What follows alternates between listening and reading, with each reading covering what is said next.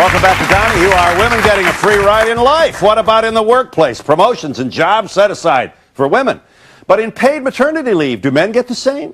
Peter Alamano is New York president of the Coalition of Free Men. You think women actually have it easier on the job, and you think that's hurting men. Make your case, Peter. Well, I am primarily concerned about three issues, which have been brought to bear in my mind concerning the difference between men are treated and the difference between women. Right. Number one concerns the emotional expressiveness that we permit women in the workplace. To give you one example, I work as a secretary, and I've had about a 20-year career in various law firms here in New York City. One evening, there was a female associate late at night in the word processing center who burst into tears because her job had been fouled up. The entire staff rushed forward with enormous emotional support for this woman.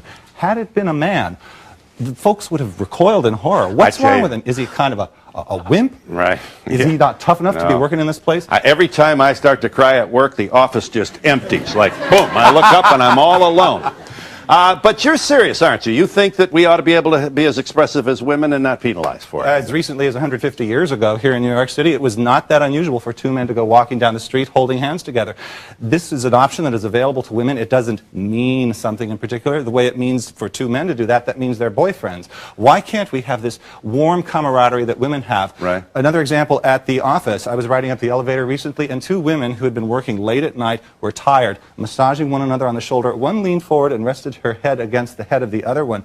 This warm camaraderie and mutual tactile support. Men.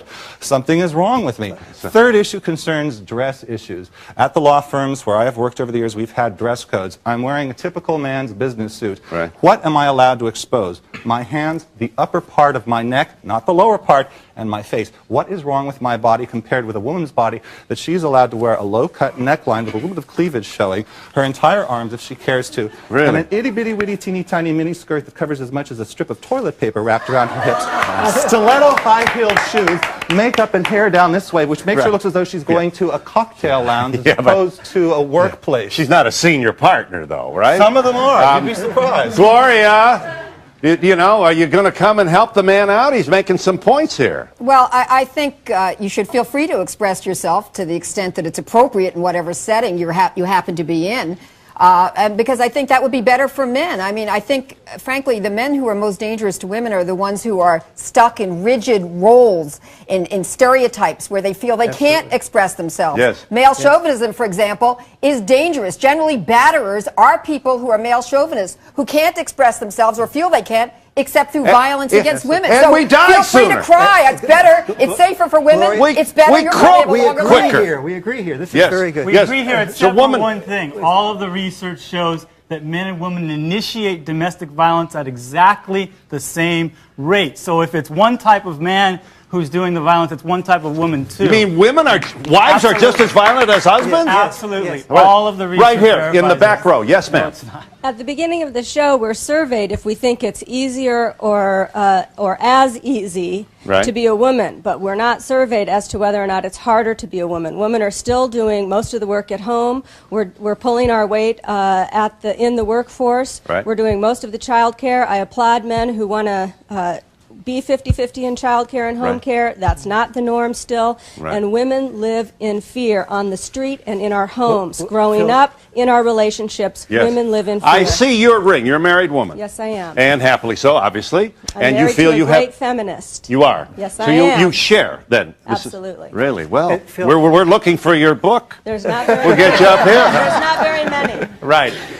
Phil, this is the husband with whom you. That's good, because we'd have another story if this wasn't your husband. It's a shame he doesn't know how to speak. But we'll have him back on another program. Phil, yes, Warren, please. Let's get something clear here. It is true that women work more in the home. Women work 11 hours per week on the average more than men do inside the home. But what we don't hear is the flip side of that coin, that men work 17 hours more per week on the average outside of the home.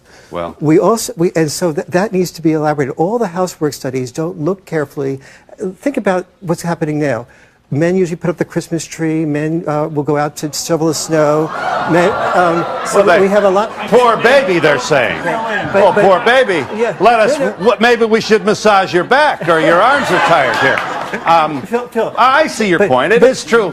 One other point, if I could just say Who's that. dying on the job? The woman who's folding the clothes and taking care of the child, or the man who's in a mine or is dangling from a building or working construction? Right. Men are dying on the job. They're Right. taking longer Those are commutes. fewer and fewer Their jobs like that, are, by the way. away from family, Yes. away from the support of family. It Right. strains their mental health. Briefly. They commit suicide 4 times more. Yes, Warren. We say that men earn more than women do for the same work. Men do earn more than women do for 25 Right. different behaviors at work. All right. More hazardous jobs, more commuting, more hours on the job, that type of thing. It's I not tell you just a what, hazardous I job. think it's going to get worse in the global. It's going to get worse in the global marketplace because women are now more hireable all over the world. To be sure, at rates that aren't of pay that are not fair, but nevertheless, it's the guy who is much less employable than is the woman. We'll be back in just a moment.